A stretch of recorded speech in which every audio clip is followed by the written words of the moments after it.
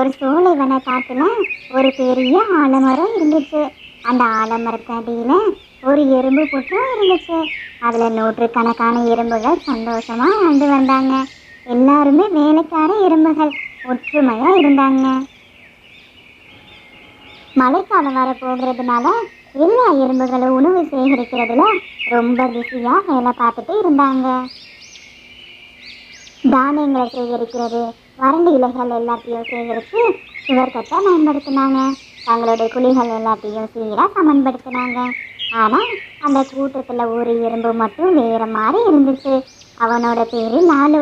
லாலு ஒரு புத்திசாலியான எறும்பு, ஆனால் ரொம்பவும் சோம்பேறி. ஒரு வேலை கூட செய்யாம நாளைக்கு பார்த்துக்கலான்னு தள்ளி போட்டுட்டே இருந்தான். வேலைக்கார எறும்பு ஒன்று லாலு கிட்ட சொன்னுச்சு, லாலு, தானியங்களை எடுக்கிறதுக்கு வா போகலாம், மழைக்காலம் வரப்போகுது. ஆனால் லாலு சொன்னா, எனக்கு வயிறு வலிக்குது, நாளைக்கு எடுக்க உங்களோட நான் வரேன். அடுத்த நாள் காலையில் வேலைக்கார எறும்பு ஒன்று லாலு கிட்ட சொன்னுச்சு, லாலு, குடிக்குள்ள மழை தண்ணியெல்லாம் வராத மாதிரி இப்போ நம்ம கட்டணும், சீக்கிரம் வா. ஆனால் அந்த வேலைக்கார எறும்பு கிட்ட லாலு சொன்னா, அது வெறும் மேகம்தான், மேகத்தை பார்த்தா இன்னைக்கு மழை வர மாதிரியே தெரியலை, நாளைக்கு பார்த்துக்கலாம் அப்படின்னு சொல்லிட்டு லாலு ஒரு இலை மேலே படுத்து நல்லா தூங்கினான். சில நேரங்களில் பட்டாம்பூச்சியோட விளையாடுவான், ஆனால் ஒரு வேலை கூட செய்ய மாட்டான். ஒரு வயதான எறும்பு லாலு கிட்ட சொன்னுச்சு, லாலு, மழைக்காலம் வரப்போகுது, நீ அதுக்கு தயாராக இல்லைன்னா மழைக்காலத்தில் சாப்பாடும் இல்லாமல் இருக்க இடமும் இல்லாமல் கஷ்டப்படுவ அப்படின்னு அந்த வயசான எறும்பு லாலு கிட்ட சொன்னுச்சு. அதுக்கு லாலு சொன்னா, அதுக்குள்ள என்ன அவசரம், மழைக்காலம் வர இன்னும் நாள் இருக்கு, நான் அதுக்குள்ள எல்லா வேலையும் முடிச்சிடுவேன். கொஞ்ச நாள்லயே மழைக்காலம் ஆரம்பிச்சிடுச்சு. மேகம் எல்லாம் கருப்பா இருந்துச்சு. காற்று நல்லா வேகமா வீசுச்சு. இடி மின்னலோட மழை பெய்ய ஆரம்பிச்சிச்சு. எல்லா எறும்புகளும் அவங்க வீட்டுக்குள்ள போயிட்டாங்க. பாதுகாப்பான இடம், விதவிதமான சாப்பாடுன்னு மழை காலத்திலையும் சந்தோஷமா இருந்தாங்க. ஆனாலும் ஒரு காலநடியில தூங்கிட்டு இருந்தான். மழை நல்ல வேகமா பெஞ்சதால அந்த இடம் ஃபுல்லாவே சேராயிடுச்சு. லாலு மனசுக்குள்ளேயே நினைச்சான், அடடடா, இது என்ன சோதனை, இப்ப என்ன பண்றது, வீடும் இல்லை சாப்பாடும் இல்லை அப்படின்னு ரொம்பவும் கவலைப்பட்டான். லாலு வேறு இடம் தேடி அலைஞ்சான். ஆனா எல்லா இடத்துலையும் மழையினால சேரா இருந்துச்சு.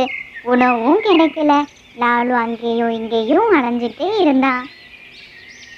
லாலு கடைசியில எறும்புகள் இருக்கிற பாதையை கண்டுபிடிச்சிட்டான். எறும்புகள் இருக்கிற குடியிருப்புக்கு லாலு நடந்து போனான். லாலு எறும்புகள் இருக்கிற வீட்டு கதவை மெல்ல கட்டுனான். தயவு செஞ்சு கதவை திறங்க, உங்களோட வீட்டுல என்னையோ சேர்த்துக்கோங்க அப்படின்னு லாலு ரொம்ப கவலையா சொன்னான். காப்பாளி எறும்புகள் கதவை திறந்தாங்க.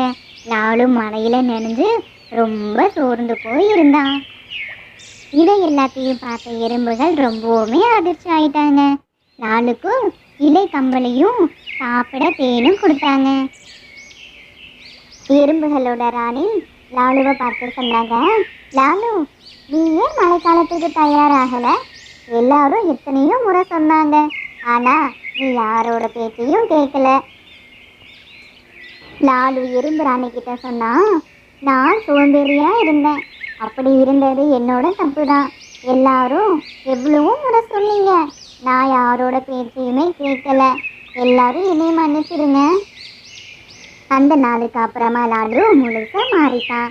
லாலு தினமும் அதிகாலையில் எழுந்து எல்லார விடையும் அதிகமான வேலையை செஞ்சான். அதுவும் ரொம்ப சந்தோஷமா வேலை செய்ய ஆரம்பிச்சான். எல்லா எறும்புகளும் அவனை பாசமா பார்க்க ஆரம்பிச்சாங்க. இந்த கதையிலிருந்து நம்ம தெரிஞ்சுக்கிறது என்னன்னா, ஒன்றுபட்டு உழைக்கும் வாழ்க்கை தான் பாதுகாப்பான வாழ்க்கை. சோம்பேறியா இருந்தா காலம் அதுக்கு ஒரு நாள் பதில் சொல்லும். Please like, share